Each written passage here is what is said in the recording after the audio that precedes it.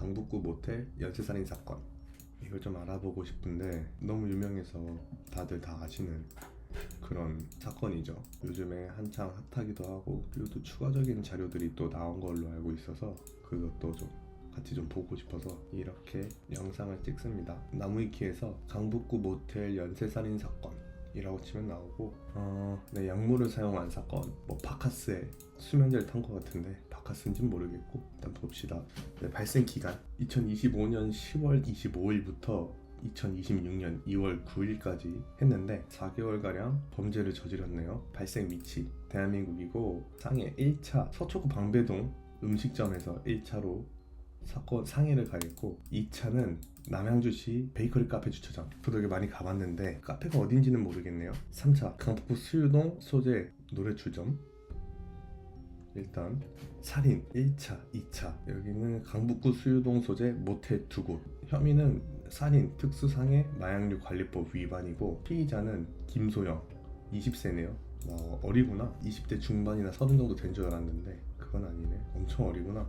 피해자는 5분이고요. 20대 4분이고 30대가 1분이고, 지금 현재 이 상태는 구속되어 있습니다. 인명피해는 사망 2, 부상 3, 총 5명한테 이런 짓거리를 했습니다. 개요, 아까 봤던 내용이고, 1차 사건은 HC였죠. 피의자가 체포된 이후 추가 피해자를 조사하는 과정에서 뒤늦게 밝혀진 사건이다. 결과적으로는 이거는 몰랐던 건데 체포되고 조사하던 과정에서 밝혀진 사건이네요. 이게 최초의 사건입니다. 10월 25일 방배동 음식점에서 피의자 김씨와 식사하던 20대 남성 H씨가 화이트 와인을 마시다 쓰러졌다. 김씨의 전화번호로 신고가 접수되었고 H씨는 병원에 이송됐다. 소방 구급 활동 일지에 따르면 H씨는 통증 자극에는 반응하지만 동공이 축소되는 동공축동이 관찰되고 말투가 어눌했으며 자력 보행이 어려운 상태였다고 한다. 네, 이거 제가 전에 좀 봤을 때는 이게 사용한 약물이랑 술이랑 먹으면 좀 위험하다고 하는 그런 걸 좀 봤었던 것 같아요. 2차 사건, 이거는 약 20일 뒤에 다시 사건을 감행했는데, 이번에 남양주시 베이커리 카페 주차장에서 아르바이트로 알게 된 뒤 한 달쯤 교제한 상태였던 남자친구 B씨와 다투다 화해하자며 미리 준비해간 벤조디아제핀계 수면제를 탄 피로회복제를 하루 종일 운전하느라 고생했다며 건넸다. 벤조디아제핀계, 이게 벤조디아제핀이 뭘까요? 아무리 읽어도 모르겠고 알 필요도 없을 것 같고 다시 사건으로 넘어갈게요. 음료를 마신 B씨는 20분 만에 카페에서 의식을 잃고 쓰러졌고, 가해 여성은 피해 남성의 부모에게 연락했다. B는 병원에 실려간 뒤 이틀이 지나 회복했고, 피로회복제 넣은 게 뭐냐고 캐물었지만 제대로 답하지 않자 김소영과 헤어졌고, 2026년 1월 말에 상해 혐의로 김소영에 대한 진정을 제기했다. 소송을 했어요. 즉 이때 김소영은 경찰에 신고되어 수사 대상이었다. 김소영은 이 범죄 이후 챗GPT에 수면제와 술을 같이 먹으면 어떤가, 얼마나 같이 먹으면 위험한가, 죽을 수도 있나 등 질문한 것으로 조사됐다.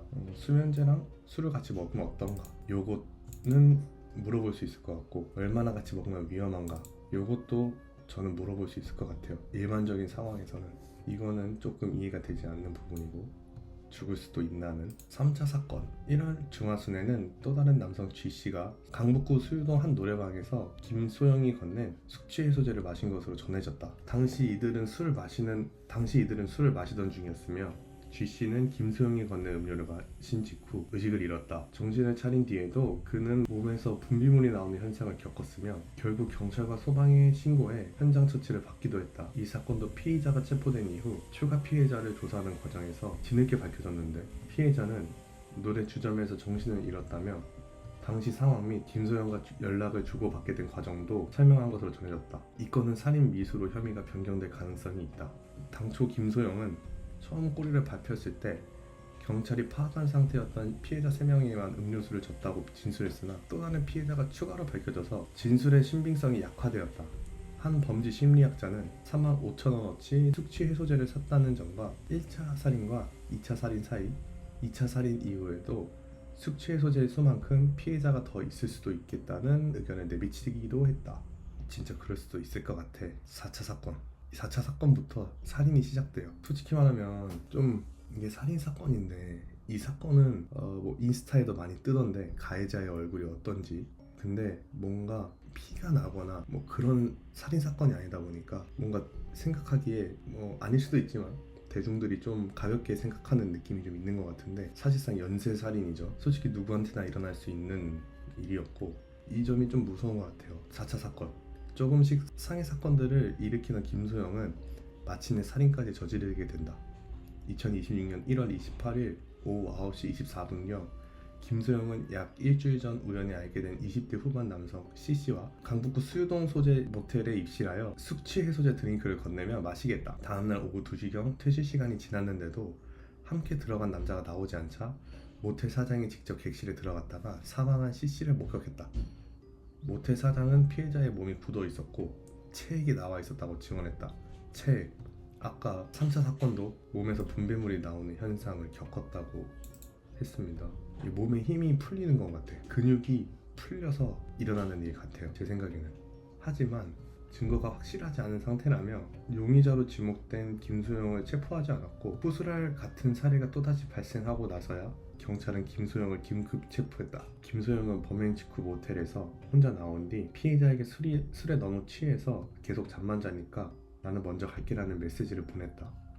경찰은 김소영의 알리바이를 만들기 위해 일부러 이 같은 메시지를 보내놓은 것으로 추측했다. 그 후인 2026년 2월 1일, 1월 10일 서울특별시의 한 술집에서 김소영을 처음 만난 30대 남성 E씨는 김소영의 연락을 받고 두 번째로 만남을 가졌다. 두 번째로 만남? 그러니까 2월 1일도 만나고 1월 10일도 만난 거죠. 이튿날 새벽까지 김소영과 밥도 먹고 술자리도 가졌는데 이때 편의점에서 김소영이 숙취 해소제를 35,000원어치 사는 걸 보았다.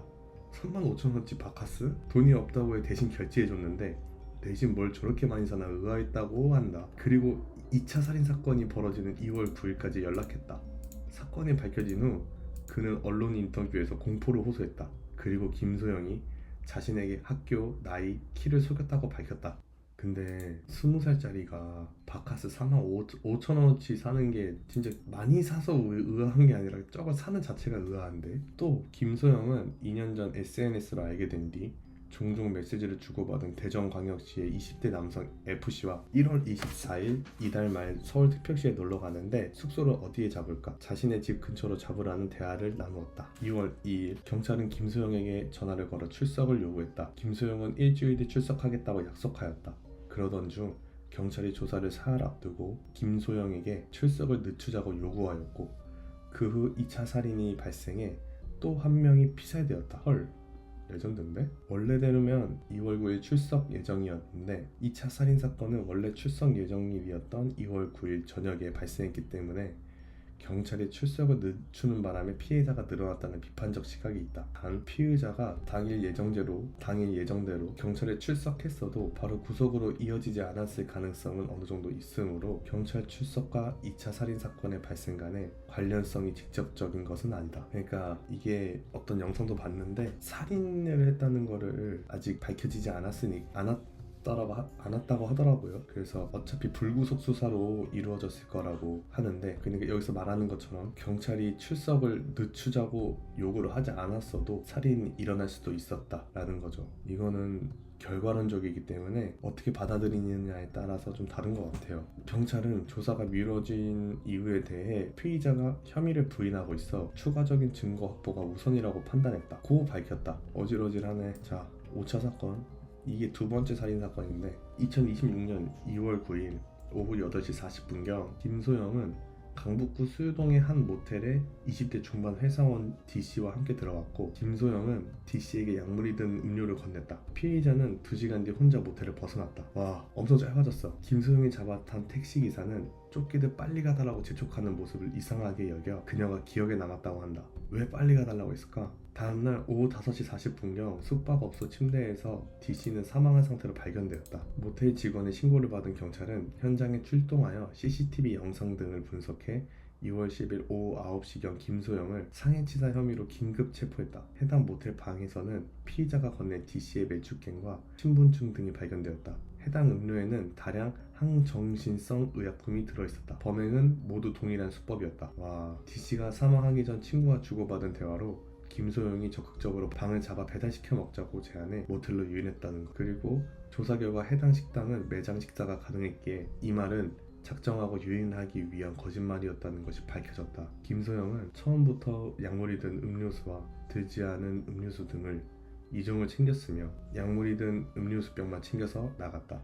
그렇게 하고 나간 다음에 피해자에게 약물을 주고서 나가고 택시를 타면서 택시 안에서 쓴 건지 뭐 어디서 쓴 건지 모르겠지만 엄청 썼다 반복하고 썼다 반복한 것 같아요. 이거 한번 읽어봤을 때 보면 소영이라고 돼 있고 김소영이죠. 읽으면 제가 그날 급 터져서 여기서 자기 불편하다 집 가야 될 것 같다고 하니까 여기서 그날이 그 여성분들이 하는 그날인 것 같고, 오빠가 아까 택시비 쓰고 가라고 현금 주신 거에 이건 뭔지 모르겠고 이익 꽂혀 있었는데 이건 다음에 만나면 드릴게요. 암튼 저 추울까봐 집 조심히 가라고 주신 택시비 고마워요. 그리고 그 오빠가 제 핸폰으로 프라닥 시키고 영화 보고 눈 풀리고 급 자셔서 기억이 나는지는 모르겠지만 음식 곧 올 때쯤에 오빠를 제가 잠깐 깨우긴 했었는데 오빠가 본인 카드로 결제하라 해서 오빠가 빼준 카드로 결제하고 다시 또 오빠가 잘라 하길래 자지 말라 했는데 피곤한지 잘려 해서 결 같네요. 글 쓴 게. 이 음식은 억하냐고 제가 물어봤는데 오빠가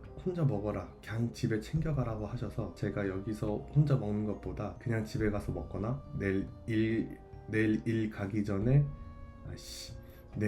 가기 전이나 그럴 때 차라리 먹으려고 제가 챙겨갔어요.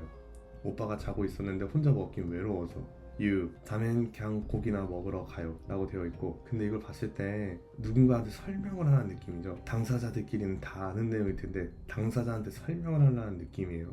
그러니까 뭔가 스스로 뭔가 이런 경찰 조사가 올 거를 예상을 했고 그 부분에 대해서 알리바이를 스스로 남긴 것 같은데 너무 허접하죠. 이거는 방구석에 있는 저도 개구란 걸 다 알 것 같아요. 이거 뭔가 있다. 이거는 뭔가 꿍꿍이가 있다. 이거는 더 수사를 빡세게 해야겠다 라는 생각이 들 것 같은 메시지입니다. 본인은 그렇게 생각 안 하겠지만 누가 봐도 이거는 어색하죠. 이게 판단력이 많이 흐려진 것 같아요. 스스로 이걸 쓰면서 와 존나 잘 썼다, 글 너무 잘 쓴 것 같아 라고 혼자 생각했을 것 같아요. 아닐 수도 있지만 김소영은 모텔에 나와 치킨 주문하고 영화 보는데 갑자기 잠들었다. 기억날지 모르지만 음식 올 때쯤 깨우긴 했다. 자지 말아달라고 했지만 피곤한지 자려고 했다. 음식은 어떡하냐고 했더니 집에 챙겨가라고 해서 가져간다 는 내용의 문자 메시지를 보냈다. 김소영은 사건 이후 자신의 SNS에 게시물을 계속해서 올렸다. 인스타그램에 주로 올린 게시물은 대부분 누워서 촬영한 셀카 사진이었고 사진과 함께 샵 팔로워 환영, 샵 선팔 마팔, 샵 마팔 DM 등의 해시태그를 달았다. 김씨의 마지막 게시글이 올라온 시점은 10일 오후 8시 28분경이다.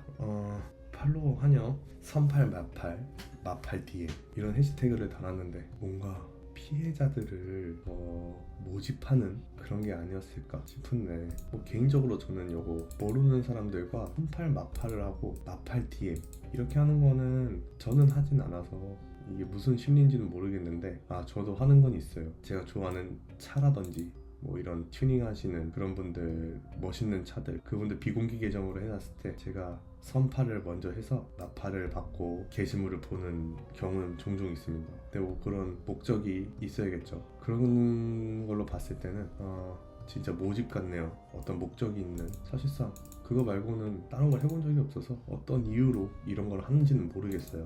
자, 체포. 경찰은 모텔에서 빠져나간 여성을 김소영으로 특정해 2월 9일에 압수수색 영장을 신청했으며 2월 10일 밤 추가 피해자가 확인되자마자 용의자 김소영을 긴급 체포했다. 일찍 잡았더라면 마지막 희생자만큼은 사건 발생을 미연에 막아 살릴 수도 있지 않았느냐는 일각의 비난에 대해 경찰은 국가수 약물 감정 결과가 9일에야 회신되는 등 김소영을 긴급 체포할 객관적 증거가 부족했다고 설명했다. 김소영은 26년 2월 10일 밤 강북구 미아동 노상에서 긴급 체포되었고 경찰은 휴대전화와 거주지 등을 압수수색했다. 피의자는 사망한 남성들과 온라인에서 만난 것은 아니고 술집 등 유흥업소에서 알게 돼 최근 한두 차례 만난 사이였다. 무직으로 성매매업 종사자는 아닌 것으로 전해진다. 아까 그 노래 주점 그게 나와서 뭐 이쪽 일을 하시는 분인 줄 알았는데 그건 아니네요. 김소영이 범행에 사용한 약물은 정신과에서 처방받은 벤조디아제핀계 약물이며 숙취해소제에 처방약을 넣었다고 진술했다. 벤조디아제핀은 불면증과 불안장애, 공황장애, 발작 등의 완화에 쓰이는 항정신성 의약품 성분으로 의사 처방을 받아야 구할 수 있는 약이다. 김소영 본인이 정신건강의학과 진료를 통해 처방받은 약으로 자택 압수수색에서도 같은 약물이 다량 발견됐다. 술과 함께 먹으면 호흡곤란 등 치명적인 부작용을 일으켜 음주 금지라는 복약 지도를 받는데 피해자들은 모두 음주 상태였다. 김소영은 이 사실을 알았다면서도 약을 숙취해소제 등에 타서 들고 다녔고 모텔에서 피해 남성들과 의견 충돌이 발생하자 재우기 위해 건넸다.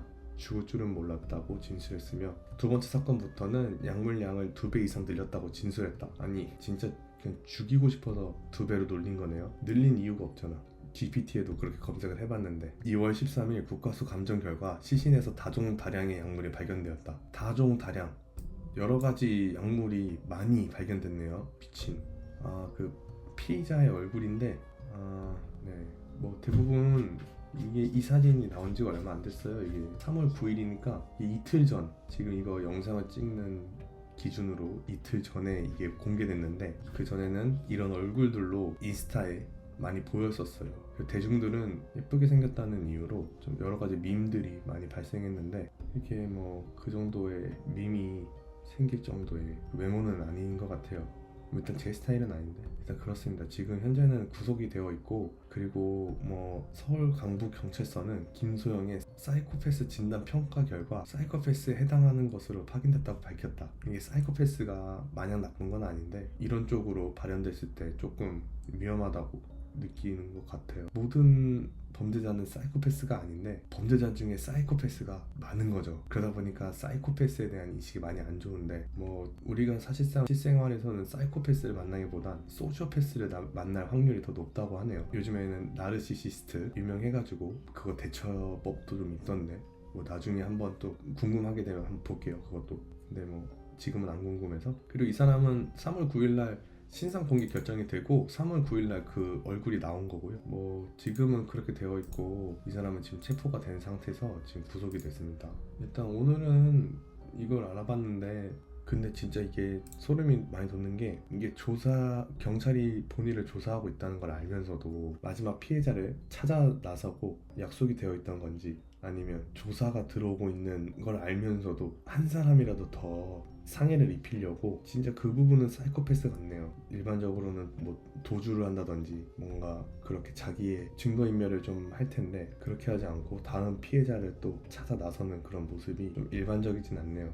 그리고 이 김소영이 통제하는 그런 성향이 있다고 했었어요. 그런 거를 말씀하시더라고요. 어떤 분이신지 제가 기억이 안 나는데 그 통제적 연쇄살인 뭐 이런 이름이었는데 이 약물을 먹이고 이 남성들이 고통을 받는 걸 지켜보면서 만족감을 느꼈을 수 있고 그리고 자기가 이걸 건냄으로써 이 사람의 목숨을 좀 통제할 수 있다는 그런 만족감 같은 걸 좀 느꼈을 수도 있겠다고 합니다. 이런 거 들으면 상당히 무섭죠. 제가 이런 상황에서 저런 여자를 만나서 바카스를 줬다라고 하면 저도 마셨을 것 같아요. 똑같이 당했을 것 같고 누구에게나 일어날 수 있었던 그런 일이었던 것 같습니다. 오늘은 이 강북구 모텔 연쇄살인 사건 이걸 알아봤는데 정리하면 연쇄살인임에도 대중들이 심각성을 정확하게 인지하지 못하고 있는 것 같아요. 분명히 뭐 묻지마 살인이라든지 그리고 칼부림, 난동 사건 이런 것들 그 화제성을 봤을 때 전체적으로 가볍게 여기는 사건인 것 같아서 개인적으로는 조금 관심이 좀 있었고 근데 정말 오랜만에 이런 연쇄살인이 있는 것 같은데 뭐 제 기억으로는 뭐 마지막이 방호순이었던 것 같은데 아닌가? 아무튼 꽤 오래된 것 같은데 이런 일들이 다시는 일어나지 않았으면 좋겠고 다음엔 다른 사건으로 영상을 한번 찍어볼게요. 뭐 사건도 그렇고 미스테리한 이야기도 그렇고 뭐 제가 관심이 있는 건 그냥 다 찍어서 올릴 거고 제가 그냥 하고 싶어서 하는 거니까 아무튼